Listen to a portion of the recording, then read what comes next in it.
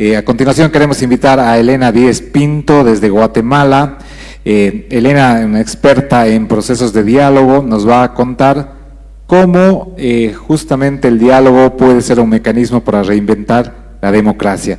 Luego, después de Elena, vamos a tener la participación estelar de nuestro querido amigo de Inglaterra, Jean-Paul Faguet. Adelante, Elena, muchas gracias. Buenas noches. La verdad que muy contenta y agradecida con la oportunidad que los organizadores de esta importante iniciativa Diálogos con el Futuro me están dando, y muy especialmente, por supuesto, a Gabriela, a Gustavo, a Sergio, al amigo Santiago, a los amigos de Avina, queridos, a Carlos Hugo que me precedió, un fuerte abrazo, a las universidades y a todos los que han sido verdaderos puentes y que hoy me permiten compartir con ustedes algunas reflexiones. No pretendo ser exhaustiva, pero sí algunas reflexiones sobre el diálogo, sobre el rol, la importancia y las posibilidades, quizás no para reinventar la democracia, pero probablemente sí para repensarla, reorientarla, innovarla, ¿verdad? Durante muchos años me he dedicado a trabajar en procesos de diálogo democrático, y parece redundante la idea de diálogo y de democracia, pero fíjense que en el conversatorio que tuvimos esta mañana, Gabriela mencionaba que el diálogo era el alma de la democracia, y es que realmente el diálogo es una práctica inherente a las democracias. Es decir, si estamos en una democracia, conversamos, exploramos ideas, no imponemos. Nadie realmente debe decirnos cuándo nos reunimos, si nos reunimos o no. Realmente es una práctica, ¿verdad?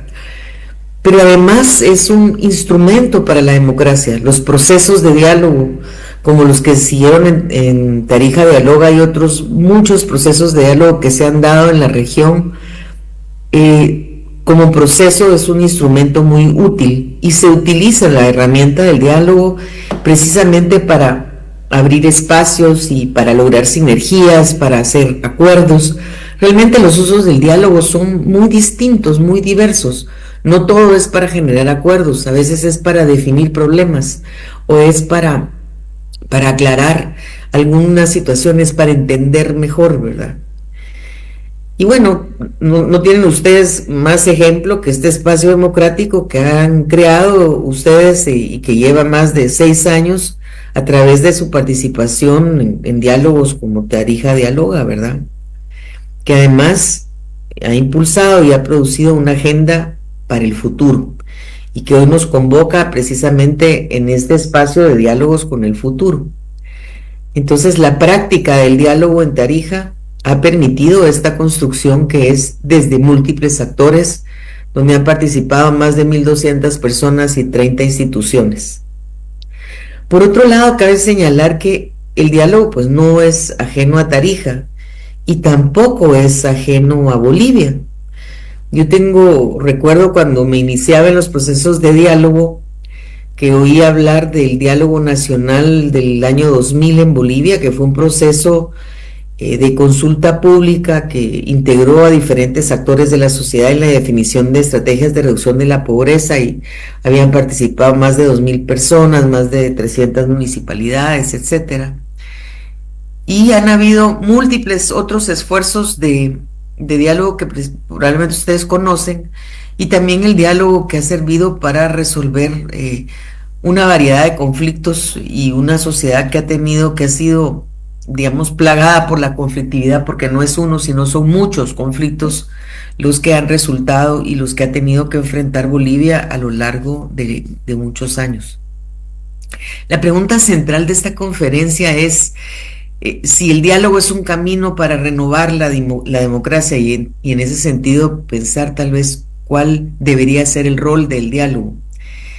Yo propongo estructurar esta presentación a lo largo de 4 puntos. Primero, revisar un poco qué es lo que está pasando con las democracias de nuestra región, Segundo, ofrecerles 6 claves para impulsar estrategias para pensar el futuro en democracia y repensar el presente.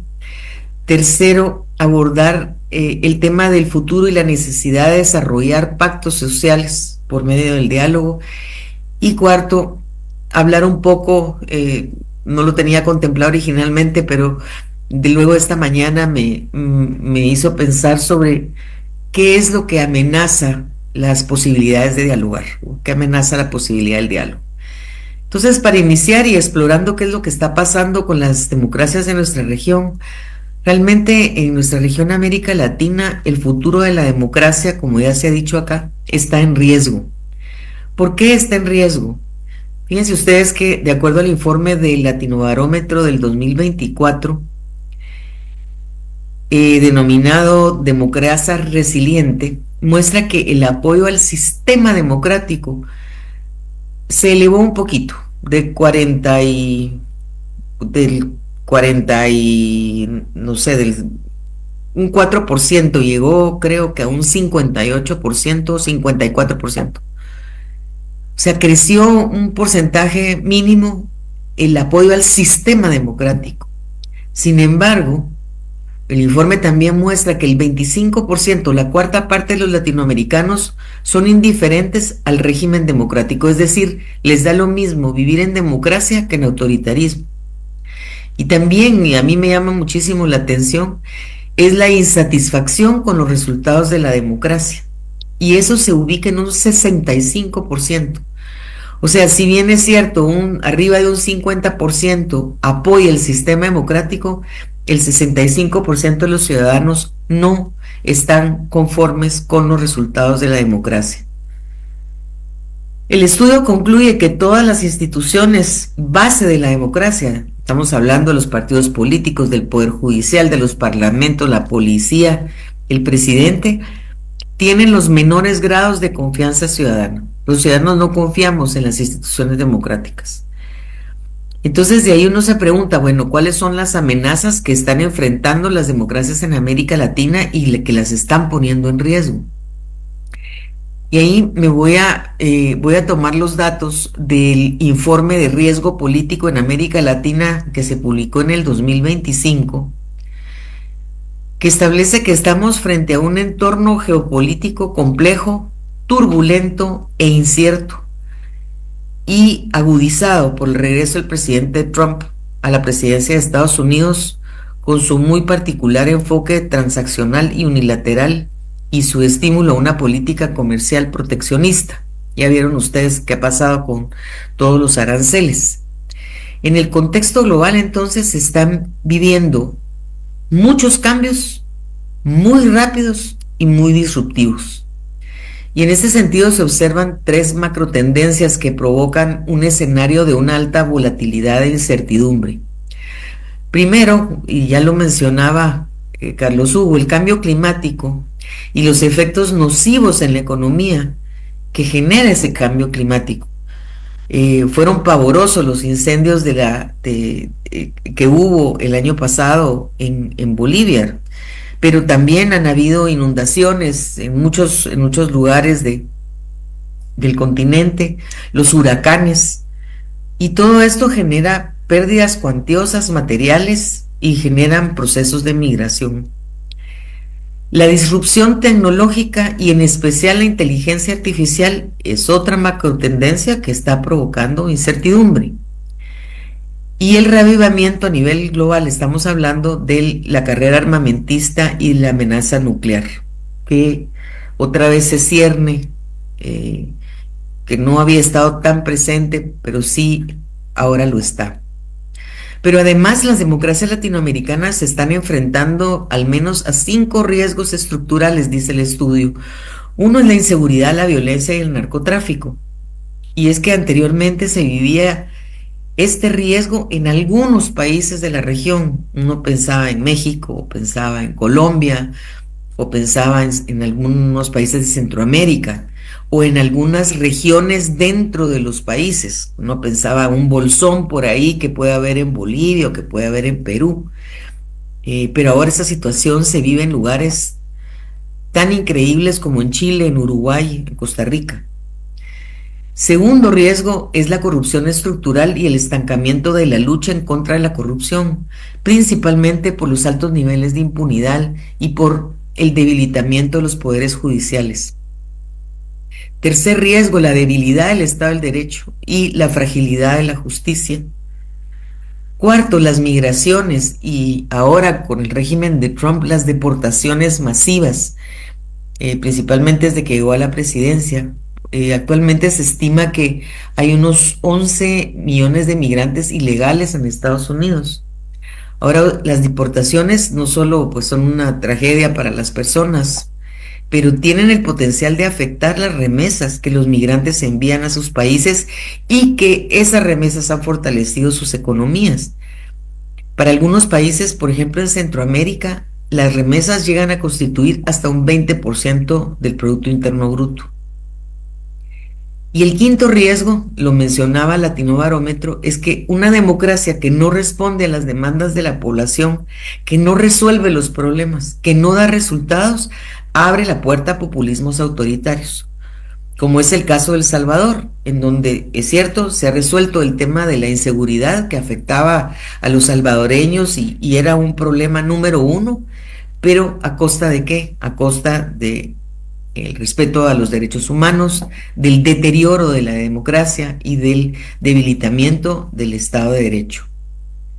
Entonces, frente a estos riesgos a la democracia en un contexto de volatilidad y de alta incertidumbre, ¿cómo es que los latinoamericanos debemos de diseñar, impulsar y ejecutar estrategias para pensar en un futuro próspero y sostenible y repensar el presente, con esto que nos está agobiando tanto dentro de la región específicamente como a nivel global? ¿Qué implica? ¿Qué tenemos que hacer? ¿Cómo llego a un futuro deseado? ¿Cómo reinvento, le doy un resignificado a la democracia? Aquí algunas reflexiones en forma de 6 claves para impulsar estrategias para pensar el futuro y repensar el presente. Primero, la idea de que no hay un solo futuro, sino que hay futuros múltiples. Es reconocer que el futuro es incierto e indeterminado, que no hay solo un futuro, sino varios posibles, y que cada futuro tiene una implicación distinta. Entonces, para mejorar las posibilidades de alcanzar el futuro que deseamos, debemos de analizar qué implicaciones conlleva cada uno de los posibles escenarios. Porque una cosa es una visión que uno construye, dice, a esta visión quiero caminar, pero en esta incertidumbre es más importante construir escenarios. Y entender las implicaciones que cada uno tiene. Y es importante porque cuando uno analiza las implicaciones, comprende qué es lo que tiene que impulsar hoy, qué estrategias, es decir, en forma de políticas públicas, en forma de reformas institucionales o de ciertos énfasis, qué es lo que se tiene que impulsar para que nos conduzca a un futuro deseado, sabiendo que el contexto internacional y el contexto regional pueden dar bandazos y debemos de estar preparados.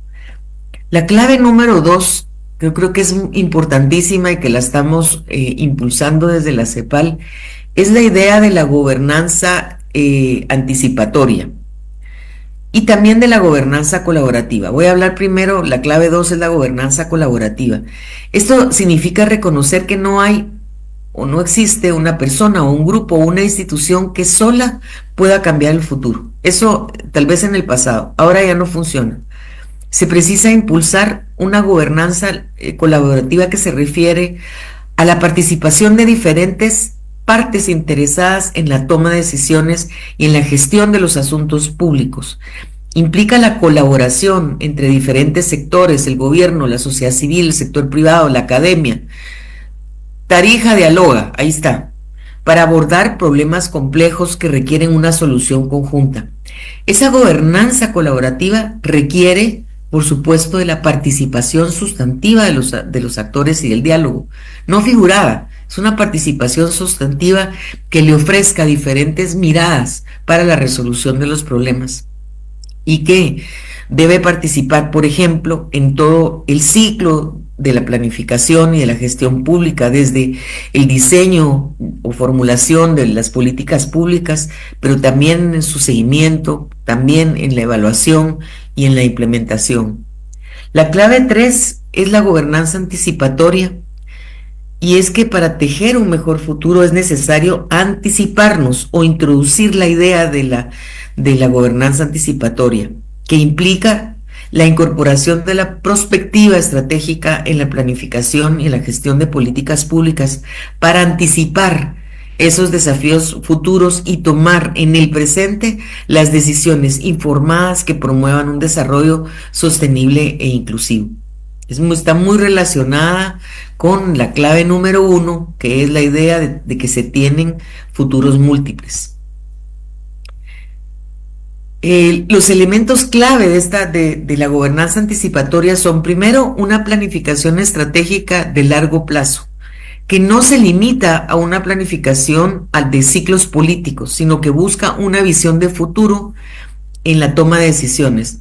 Fíjense ustedes que ahora los planes de gobierno en la región que estaban llegando al 2030, ahorita hay varios países y varios estados trabajando, por ejemplo en México, trabajando en planes de desarrollo que van al 2050.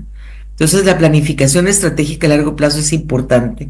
Segundo, la construcción de escenarios múltiples para realmente entender esos futuros posibles, ¿verdad? Es decir, que permita prever diferentes futuros posibles y prepararse para ellos. Y otro elemento clave de la gobernanza es la participación amplia e informada que involucra a los actores sociales y a la ciudadanía. Ven ustedes cómo la participación ciudadana se va en estas claves, se va volviendo un eje transversal. Los beneficios de incorporar un enfoque de gobernanza anticipatoria son varios y son muy importantes, porque la gobernanza anticipatoria proporciona una mayor capacidad para enfrentar los desafíos del desarrollo y también para estar preparados para los problemas futuros y tomar decisiones para prevenirlos. Segundo, porque se toma mejores decisiones, no solo porque se cuenta con información técnica, sino porque se cuenta con información desde la mirada de los diversos actores. Y tercero, porque la gobernanza anticipatoria fortalece la democracia, porque impulsa la transparencia y la preparación para el futuro, que refuerza la confianza ciudadana. O sea, uno piensa el futuro, pero no lo piensa planeándolo dentro de una torre de marfil, sino que lo piensa con la gente, para la gente. La clave número 4 es el rol determinante del diálogo. En todas estas claves que hemos visto y en todas las estrategias que afectan las vidas de los ciudadanos, no pueden diseñarse a espaldas de los ciudadanos, sino con los ciudadanos. Y tampoco se vale que unos cuantos decidan el destino de miles o de millones, o poniendo el ejemplo de Carlos Hugo ahora, que unos cuantos viejos decidan el futuro de una generación de jóvenes que representan el presente y el futuro. De ahí la importancia de impulsar procesos de diálogo democrático, diálogo social, diálogo político, como quiera llamarse, que se caracteriza siempre, al ser democrático, es multiactor, es incluyente, es horizontal, abre espacios de interacción y sus resultados son tomados en serio, porque también implican una participación sustantiva. La quinta clave es la construcción de capacidades para la prospectiva y la gobernanza anticipatoria. Lo que hemos visto en la CEPAL, y por eso se impulsa un modelo de fortalecimiento de capacidades TOP, que son capacidades técnicas, operativas, prospectivas y de planificación, es que se requiere construir estas capacidades en los funcionarios públicos, en los gobiernos nacionales, subnacionales y también en la sociedad civil y en los parlamentos. De hecho, en los últimos años se han venido creando comisiones de futuro en el Ejecutivo, en el Legislativo de varios países que impulsan el trabajo colaborativo al interior de las instituciones y con los ciudadanos. De hecho, si a alguno le interesa le interesara actualmente, la CEPAL lanzó un curso gratuito en línea sobre gobernanza anticipatoria y prospectiva. La construcción de estas capacidades pueden allanar el camino y facilitar la creación de una cultura prospectiva, una cultura que mire, que se anticipe al futuro y que no solo reaccione cuando tienen los problemas enfrente. Y la última clave es fortalecer los liderazgos públicos colaborativos. Estos liderazgos públicos colaborativos, la idea es que se enfocan en la gestión y en la toma de decisiones con la participación de diversos actores del sector público, de la academia, del sector privado, para resolver problemas complejos a través de la cooperación y de la construcción conjunta de soluciones. Este tipo de liderazgo se caracteriza por ser ético y por promover la transparencia, la responsabilidad y la confianza y generar soluciones innovadoras y beneficiosas para toda la sociedad. Pero la tarea de la colaboración y la tarea de buscar soluciones no es una tarea solamente de los líderes, ¿verdad? Es una tarea de varios liderazgos, de varias instituciones que pueden trabajar juntos con capacidades y promover lo que sea necesario para un desarrollo sostenible e inclusivo. Elena, entonces, perdón, tienes 5 minutitos más, perdón. Adelante. Muy bien, muy bien. El tercer tema que quería tratar con ustedes es el tema del futuro y la necesidad de desarrollar pactos sociales por medio del diálogo. Como ustedes ven, frente al futuro, el diálogo tiene un rol importante que cumplir en un territorio y en Tarija, ciertamente, en Bolivia, en la región. Y es que en América Latina se necesita de una acción política transformadora que sirva de guía y que ofrezca certeza y orientaciones para salir de las policrisis que estamos enfrentando. En ese sentido, se necesitan pactos políticos y sociales que se construyan con la participación y la colaboración de una amplia variedad de actores para reorientar el desarrollo sobre bases de igualdad, de inclusión, de sostenibilidad. Los pactos deben de tener por objetivo sentar las bases para construir un estado de bienestar que, entre otros objetivos, asegure el acceso a la salud, a una fiscalidad redistributiva, a la educación, a la productividad, a la prestación de bienes y servicios de calidad, a un manejo sostenible de los recursos naturales. Todas estas que acabo de mencionar son demandas ciudadanas que no se han podido cumplir en la democracia. En este sentido, y con esto termino, más allá de a quién se elijan en diferentes procesos electorales, en el caso de Bolivia, que tiene una elección cercana, ¿verdad? No importa, más allá de quién se elige en un proceso electoral, las transformaciones sociales requieren de la participación ciudadana y de la colaboración para alcanzar un futuro mejor y sostenible. Y es por esta razón que el diálogo político y social es el camino, quizás no para reinventar la democracia, pero sí, como les decía, para renovarla, energizarla e innovarla. Los gobiernos que probablemente en el contexto actual difícilmente tengan una hegemonía política, tendrían que impulsar estos pactos sociales, además, para alcanzar la paz social y la gobernabilidad democrática con una amplia participación de la sociedad civil, la academia, las empresas y los gobiernos. Por el tiempo me quedo con las amenazas del diálogo, me quedo por aquí. Muchas gracias. Elena, escucha los aplausos, mil gracias además por la paciencia, de verdad, has estado toda la mañana, nos has acompañado en la mesa del diálogo, has tenido la gentileza de esperar hoy en la noche, tal vez un poquito más de lo debido, pero de verdad te consideramos una integrante más del movimiento Tarija Dialoga. Mil gracias. Por estar presente y por tu apoyo. Mil gracias. Gracias a ustedes. Buenas noches. Bueno, antes que Sergio nos presente al próximo expositor, yo también quería agradecer a las personas que por sus propios medios, han venido a apoyarnos desde distintas partes del país, como expositores, como Carlos Hugo Molina, a Gabrielita en la organización, y a Mila, a escuchar, a participar, a José Luis Exeni, a Santiago Daroca, que es un tarijeño y ahora es un gran integrante también de Tarija Dialoga, quien ha estado fuera por mucho tiempo del país, sigue fuera, pero, perdón, del país y ahora en La Paz. Mil gracias por hacer ese esfuerzo, por estar aquí presentes, por apoyarnos.